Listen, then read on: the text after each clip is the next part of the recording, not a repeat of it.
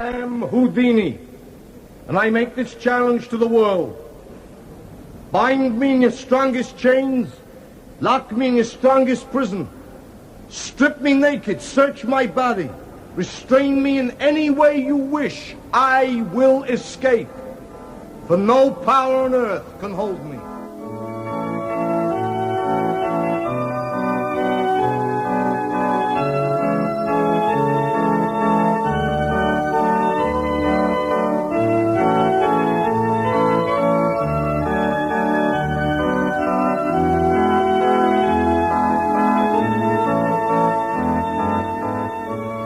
I guess I was married to one of the most remarkable men who ever lived.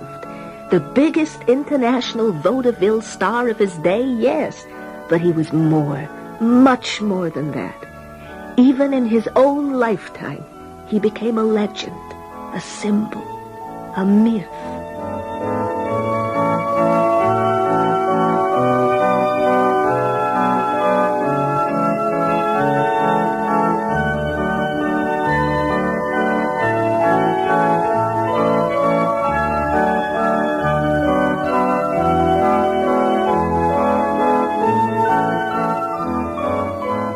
Death and the Magician by Raymond Fitzsimons, with Lee Montague as Houdini, James Grout as Sir Arthur Conan Doyle, and Miriam Margolyes as Bess Houdini. The narrator is Hugh Dixon. Death and the Magician. In Paris, I escaped from the chains worn by Count de Lorge, imprisoned in the Bastille for 15 years. In London, I escaped from 2 pairs of handcuffs made for Jack Shepherd, the highwayman. In Dortmund, I escaped from the manacles worn by the murderer Glavisky, beheaded 3 days before. Houdini was born in Wisconsin in 1874, son of Samuel and Cecilia Weiss, Jewish immigrants from Hungary. His parents didn't transplant well in America. Neither of them ever mastered the English language. One of the strange things about Houdini was that all his life he was obsessed by thoughts of death, and his greatest fear was that his mother would die before he did. As a child, when his agony became too great for him to bear, he would lay his head against her heart. The strong beat always reassured him.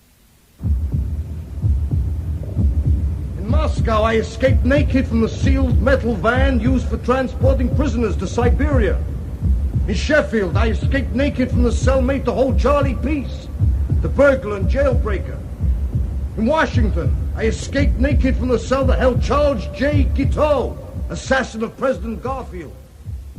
It's just as well my husband was an honest man, or he could have been the master criminal of all time. He could enter or leave any building. He could open any safe.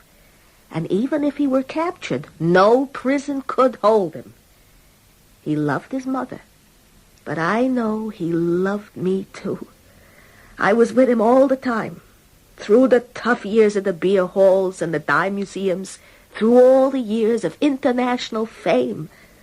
I was with him when he died. I was with him beyond the grave. In every town, when he was touring in vaudeville, he would challenge the local manufacturers to make a container that could hold him. In Philadelphia, I escaped from a giant football laced with a brass chain. In Boston, 6 riveters with blazing torches sealed me in an iron boiler. I've escaped from a sealed paper bag. I've escaped from a government mail bag fastened on the outside with a rotary lock. And I escaped from a wooden packing case secured with 6-inch nails. All these escapes were made in the secrecy of his curtained cabinet. But a committee from the audience inspected the container before and after the escape. They were amazed that he never damaged or appeared to unlock whatever he escaped from. In another age, he would almost certainly have been burnt at the stake. Some people say that my chains, like St. Peter's, are unshackled by angels. Some people say I can attenuate my body, slide through keyholes. Some people say I can dematerialize myself, pass through solid matter. They are all wrong. I have no supernatural powers. My escapes are accomplished by natural means. By long study, I've mastered every lock. And by constant exercise, I've forged my body into a weapon. My teeth can unfasten any knot or buckle. My fingers can work through the heaviest canvas. My feet can do the work of hands. I can survive a long time underwater. I can endure extreme cold. And I practice my techniques. I practice them over and over again. There's nothing supernatural about my escapes, nothing. And yet, who knows? Can the relentless application of technique bring into play some psychic force which causes an effect that is truly magic? In some of my escapes, I move so fast, I seem to leave my body. Can technique transcend physical barriers to produce what is truly a miracle? In July 1913, Harry's mother was taken desperately ill. The awful thing was he wasn't with her. He was in Europe at the time. She tried to say something, but she was only able to speak his name. Then she sank back and died. He was almost 40 years old, but he couldn't accept her death. For months he lost all interest in his work. He made daily visits to her grave. There he would lie face downwards, mouth close to the earth, speaking to her. He was driven frantic by the mystery of her last words. She had called for him just before she died. He believed she had a message for him. He had to find out what it was. But there was only one group of people who claimed that messages could come from beyond the grave. Spiritualists? Oh, fools! Spiritualism is bunk, everyone knows that. Mediums are dishonest magicians using their tricks to get money from grief-stricken folk. And yet is spirit communication possible? I believe in life after death. I must talk to my sainted mother. Is all spiritualism bunk? Are all mediums crooks? Maybe somewhere there's a genuine medium. Maybe just one. If there is, I'll find him. No matter how long it takes, I'll find him. Over the next 6 years, he attended séance after séance, sitting with a rapt, hungry look on his face. And the séance would go on, with the same trivial messages, the same spook tricks he could have done with his hands tied behind his back. At the next visit to his mother's grave, he would put his mouth close to the earth and whisper, "Mama, I still haven't heard." In December 1919, Houdini sailed for a vaudeville tour of Britain, his first visit for more than 5 years. The war had robbed countless people of their loved ones, far more than in America. Scarcely a family hadn't lost a father, a brother, a son, a sweetheart. In the streets, dark clothes predominated. Wherever Houdini walked, he saw in the faces of strangers his own preoccupation with death. The heavy death toll of the war had led to a resurgence of interest in spiritualism. Famous personalities from all walks of life embraced it. Of these, the man who made the greatest impact on the public was Sir Arthur Conan Doyle, creator of Sherlock Holmes, patriot, and sportsman. A man noted for his common sense and straight talking. Sir Arthur believed that in spiritualism, God had sent a message of joy down to earth, a new Pentecost. He believed that those who had received the message had a sacred duty to pass it on. He was then 60 years old.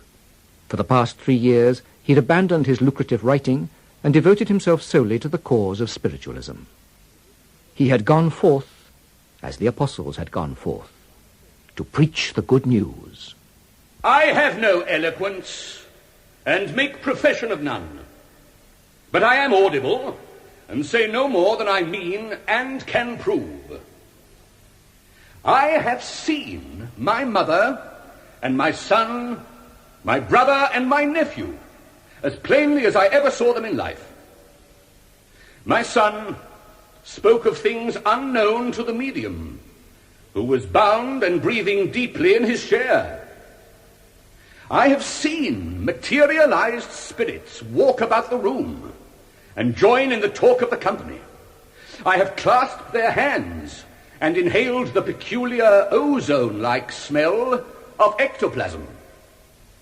I have seen heavy articles swimming in the air, untouched by human hands.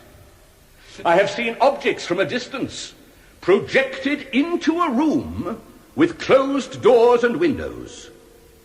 I have received through my own wife, one of the purest of mediums, information which was utterly beyond her knowledge. If I could witness all this and yet remain unconvinced that the dead were all around me, then I would have good cause to doubt my own sanity.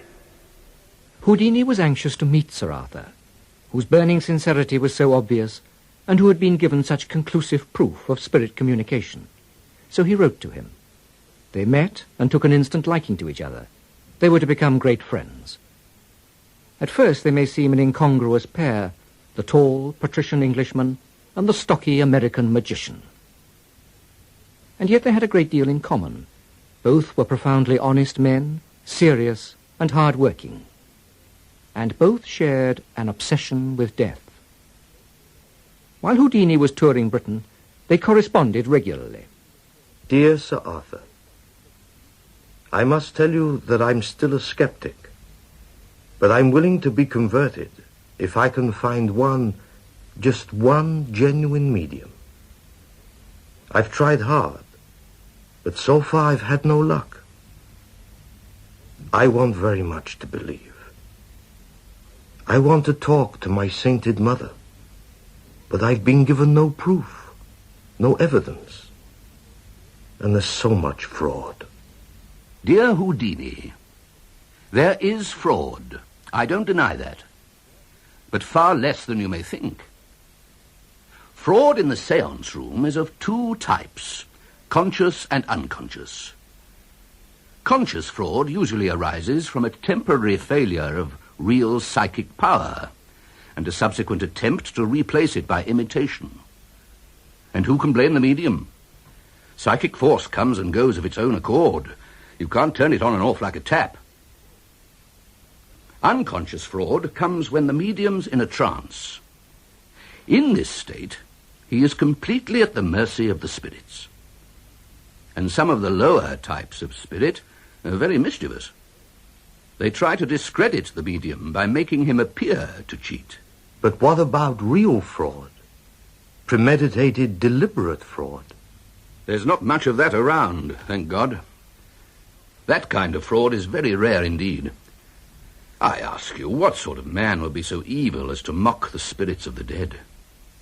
What sort of man would make himself guilty of the most odious and blasphemous crime a human being could commit? Harry wasn't happy with this answer. He was beginning to realize that Sir Arthur, while logical and rational in other matters, was so innocent and incorruptible over spiritualism that he couldn't conceive of any of his fellow spiritualists being otherwise. It followed that he could easily be fooled by fake mediums. Harry continued to press the question of fraud. Dear Houdini, you are far too interested in the negative side of spiritualism. I think it's time for you to seek out the positive. I'm enclosing a list of mediums I know to be absolutely honest. But don't go like a detective trailing a suspect. Be humble. Let them know your soul is yearning for help. A receptive state of mind is needed to produce the harmony which will encourage the spirits to come. Antagonism, skepticism are bound to drive them away. That's why these so-called scientific investigations ruin their chances even before they begin. Harmony.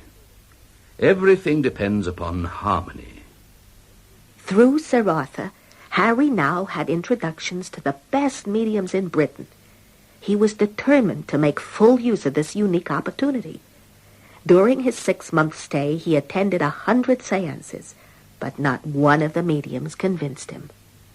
My dear Houdini, I am puzzled that after all these seances you have still not had the proof you seek. I am all the more astonished as I myself am getting marvelous results from the same mediums. I simply cannot understand your continuing skepticism. I wonder why the truth of spiritualism has not been revealed to you. All this time, Sir Arthur was following Harry's exploits in the newspapers, reading again and again of his escapes from packing boxes and other sealed containers. The most baffling escape of them all was the Chinese water torture cell, in which Harry was submerged upside down, utterly helpless. Houdini assures me that all his escapes are made by natural means, but I'm beginning to have my doubts. My friend, James Hewitt Mackenzie, president of the Psychic College, attended one of Houdini's performances of the torture cell escape. In fact, he was one of the committee on the stage. And he assures me that while Houdini was escaping in the secrecy of his cabinet, he himself experienced a great loss of physical energy, such as is felt by sitters at materializing seances. He had no doubt that inside the cell, Houdini was dematerializing himself. I find it most suggestive that Houdini insists on having a committee from the audience on stage during his escapes. They think they're there to detect trickery, while in reality, Houdini depends on them for the stock of vital energy he needs in order to dematerialize himself. No wonder he comes up against a blank wall in the seance room. The man is a medium. My dear Houdini, why do you go about seeking a demonstration of the supernatural when you are giving one yourself all the time? I beg you to consider that perhaps the reason why proof of spirit communication is cut off from you is that you are not playing the game with your marvelous power. Such a gift is not given to be trivialized and commercialized. You should not be amusing and mislead the public, asking them to regard a startling manifestation of miraculous power as no more than a very clever trick. Dear Sir Arthur, I can only say again what I've said so many times before. As far as I'm aware, all my escapes are accomplished by natural means. If I do possess some wondrous power, then I don't know it. And yet, who knows? Sometimes when faced with a difficult lock, one that seemed beyond my skill, I've breathed a prayer and the lock has yielded to me.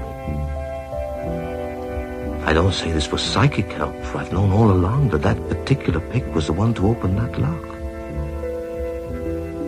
Yet in a moment of despair, I did pray, and the lock did open. We sailed home in July. The first thing Harry did, the first thing he always did when he returned to New York, was to visit his mother's grave. There he would tell her all the things that had happened to him since his last visit, how much he loved her, how much he missed her.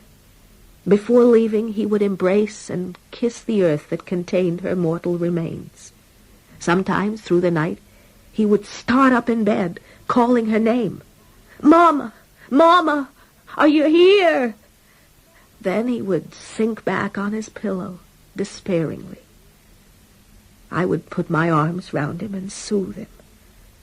I used to sing him his favorite song, the song that was all the rage when we first met at Coney Island in the summer of 1894. Rosabelle, sweet Rosabelle, I love you more than I can tell. O'er me you cast a spell. I love you, my Rosabelle.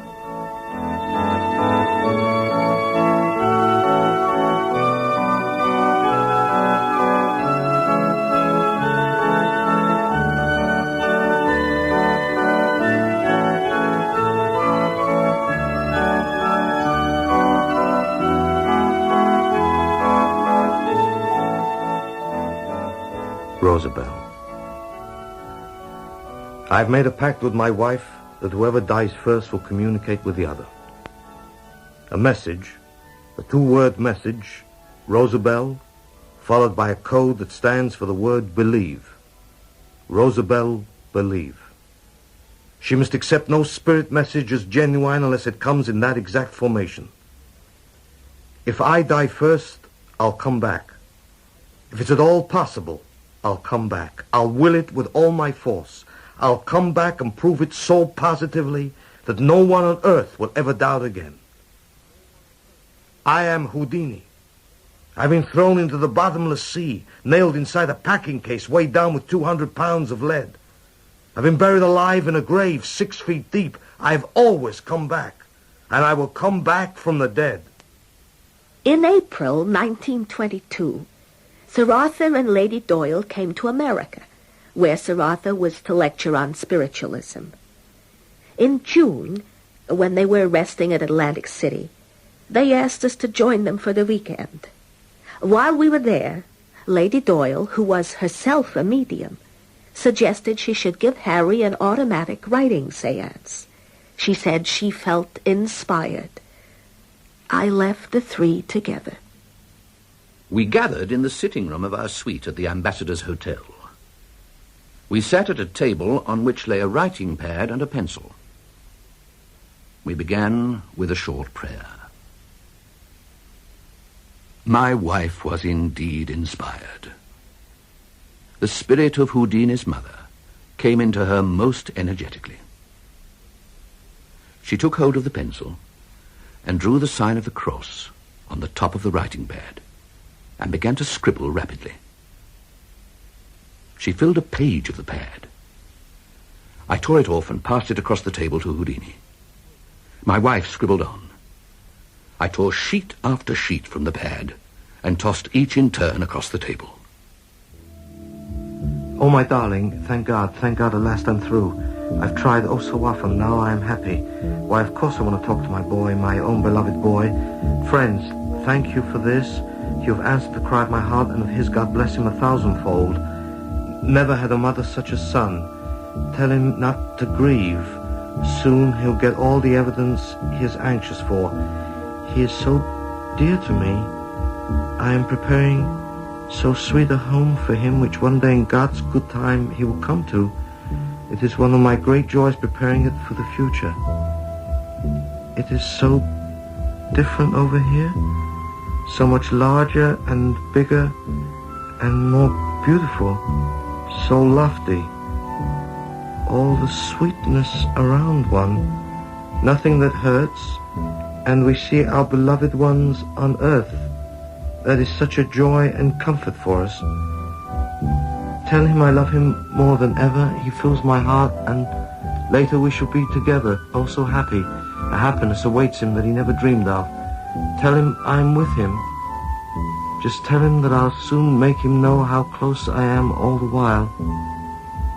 His eyes will soon be opened. Goodbye again. God's blessing on you all.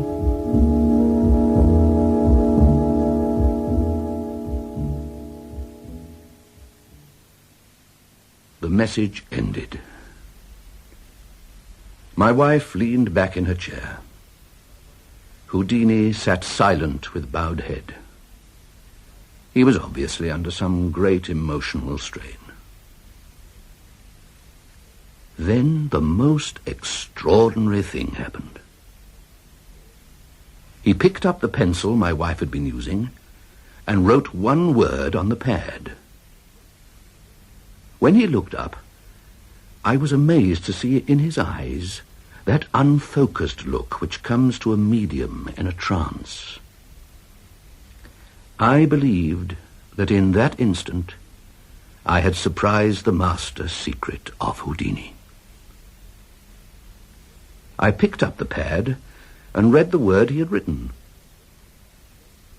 It was as though an electric shock had gone through me. He had written the name Powell. Ellis Powell, a spiritualist friend of mine, had died a few days previously. I was now totally convinced that Houdini was a medium. for he had written the name of the one person most likely to come back to me. I told him this, but he left the room quickly, without speaking.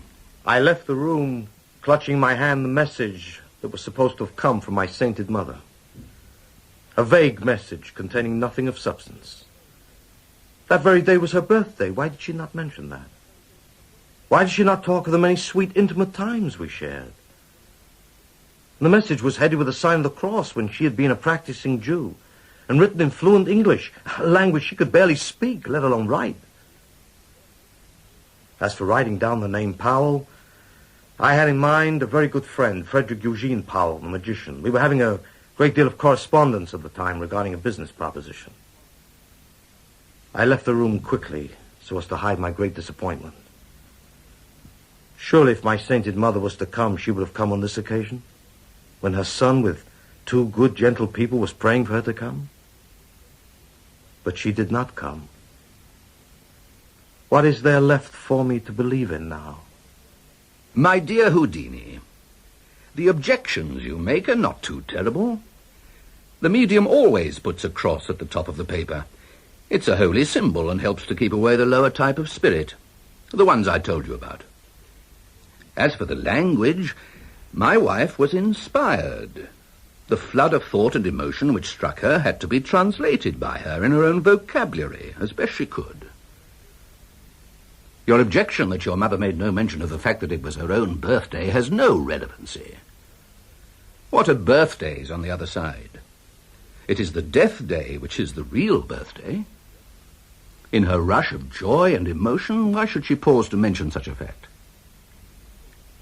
As for the Powell explanation, I'm afraid that won't do at all. Can you believe that out of all your friends you chanced to write the name of the one most likely to come back to me? That would surely be too wonderful a coincidence. No, my dear chap, your objections just won't do. I know the purity of my wife's mediumship, and I saw what you got.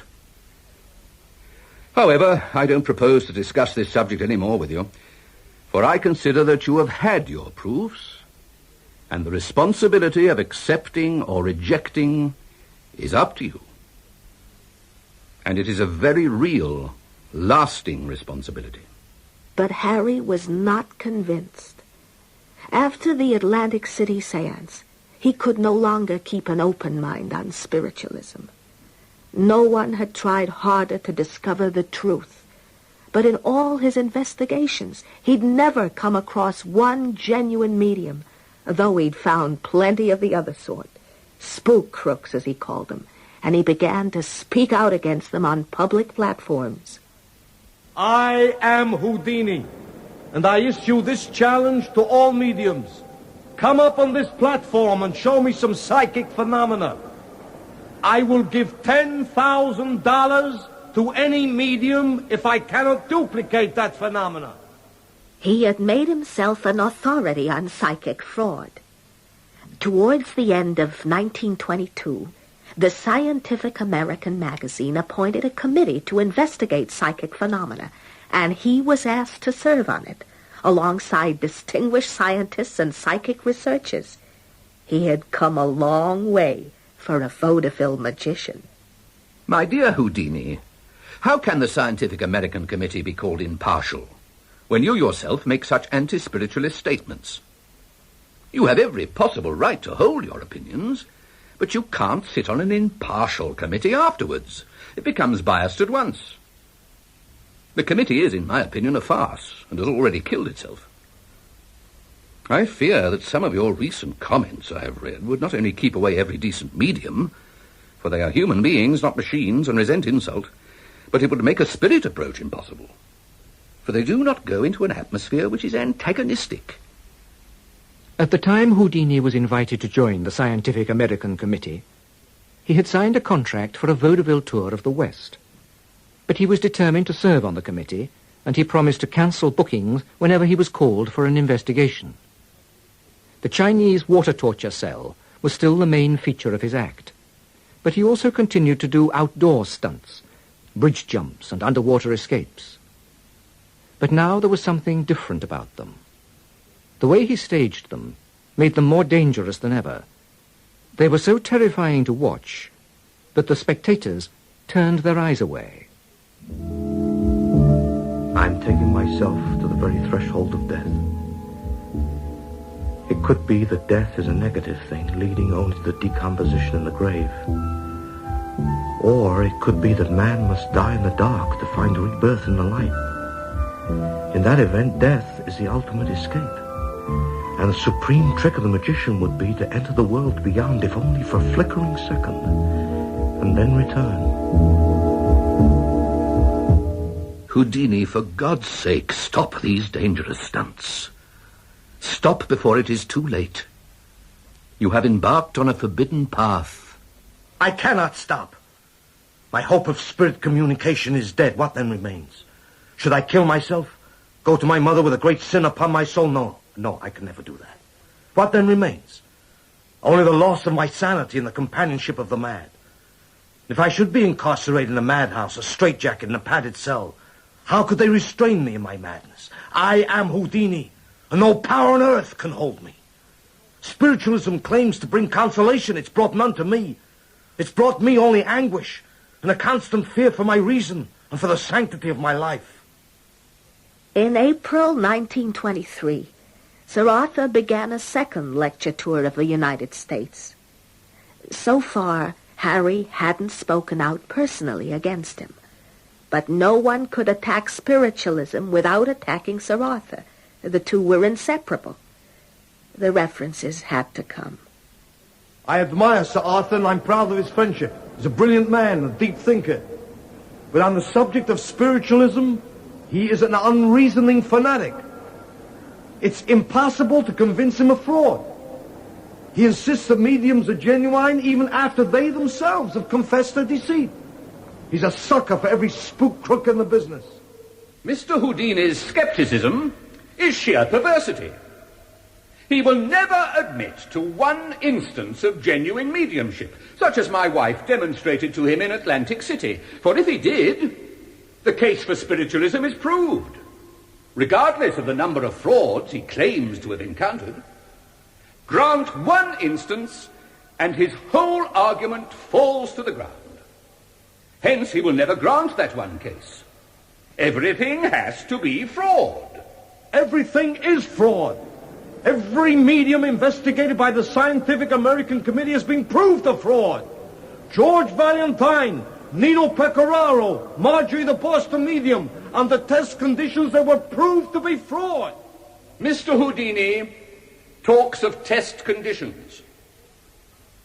I would ask him this question. If, in the greatest of all seances, that of the upper room on the day of Pentecost, a skeptic had insisted on test conditions, where would the winds and the tongues of fire have been? Their friendship ended. It was a sad thing to happen. Harry loved Sir Arthur, and I think Sir Arthur loved Harry. And if he'd thought about it, I guess he would have found my husband's state of mind understandable. His longing to talk to his mother had driven him to seances. But with failure after failure, that hope had died. And as it died, his bitterness and sense of outrage had grown. He was compelled to defend the dead against what he considered to be the blasphemy of the spiritualists.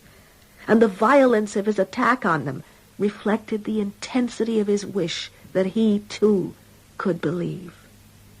Ladies and gentlemen, I'm not only going to explain how mediums produce their effects, I'm actually going to do them myself.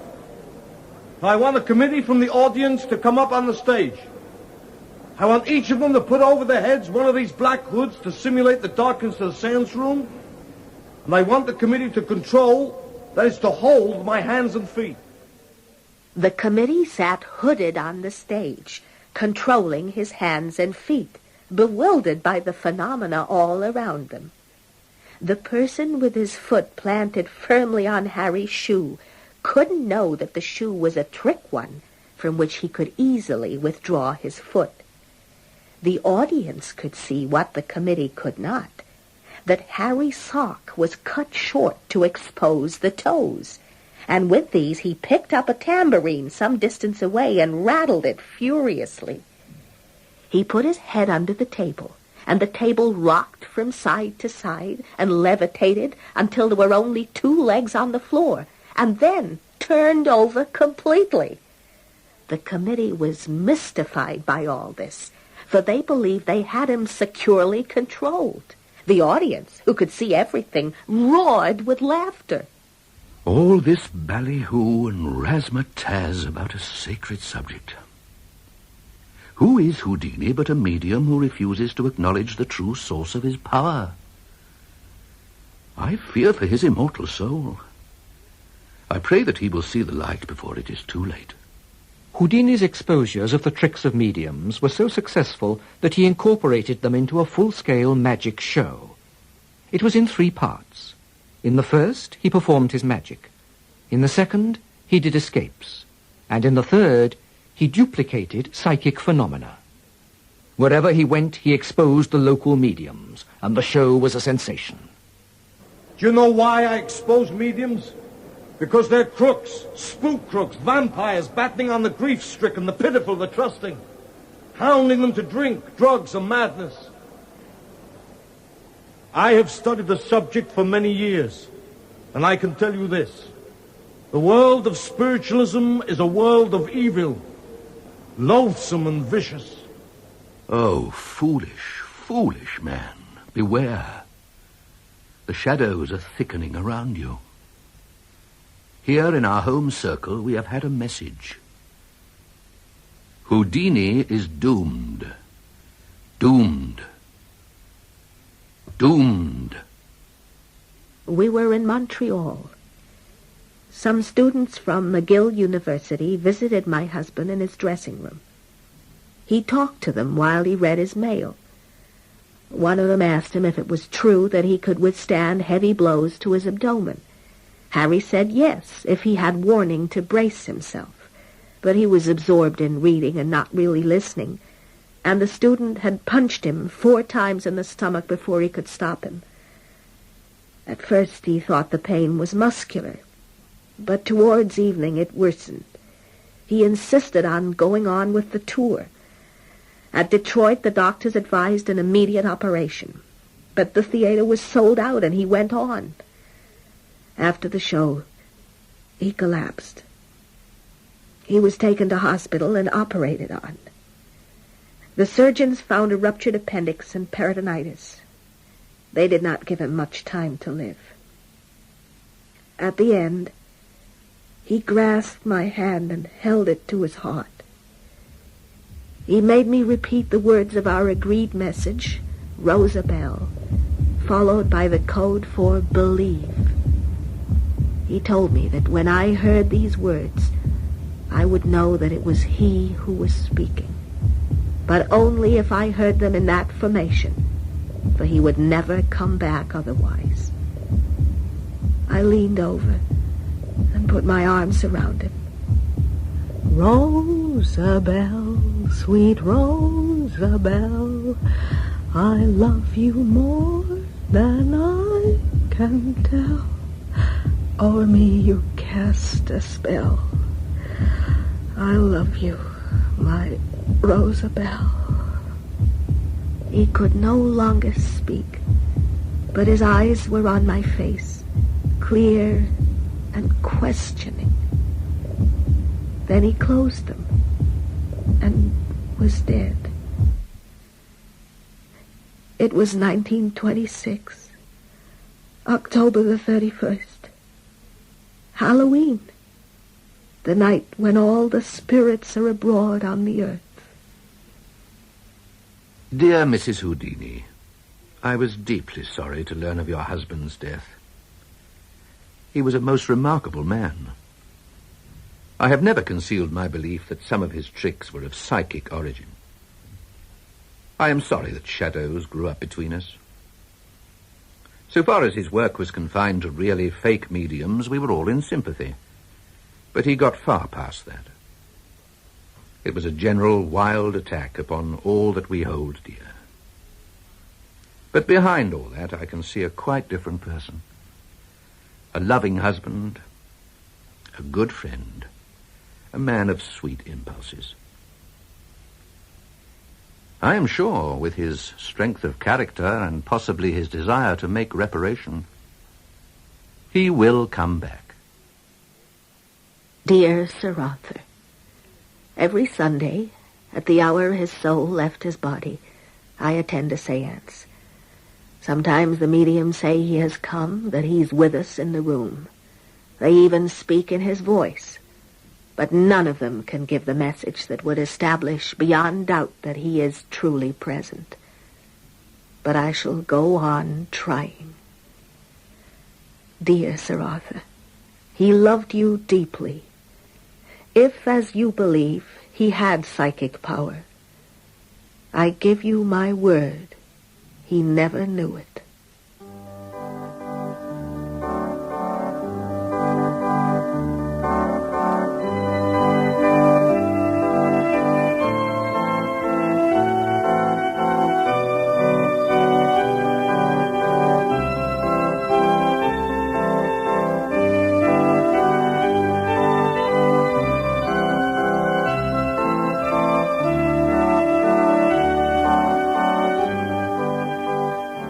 I held my last séance on Halloween 1936, the 10th anniversary of his death. Since then, I have made no further attempts to get in touch with him. Rosabelle, believe. Perhaps he is out there now, still seeking a way of returning. If there is a gate between the two worlds, then the great Houdini, who mastered every lock on earth, may well be the one to open it.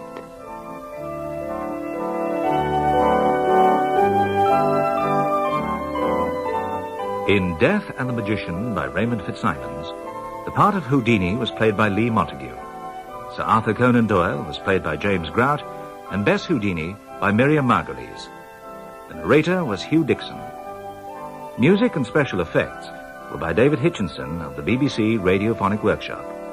And the producer was John Knight.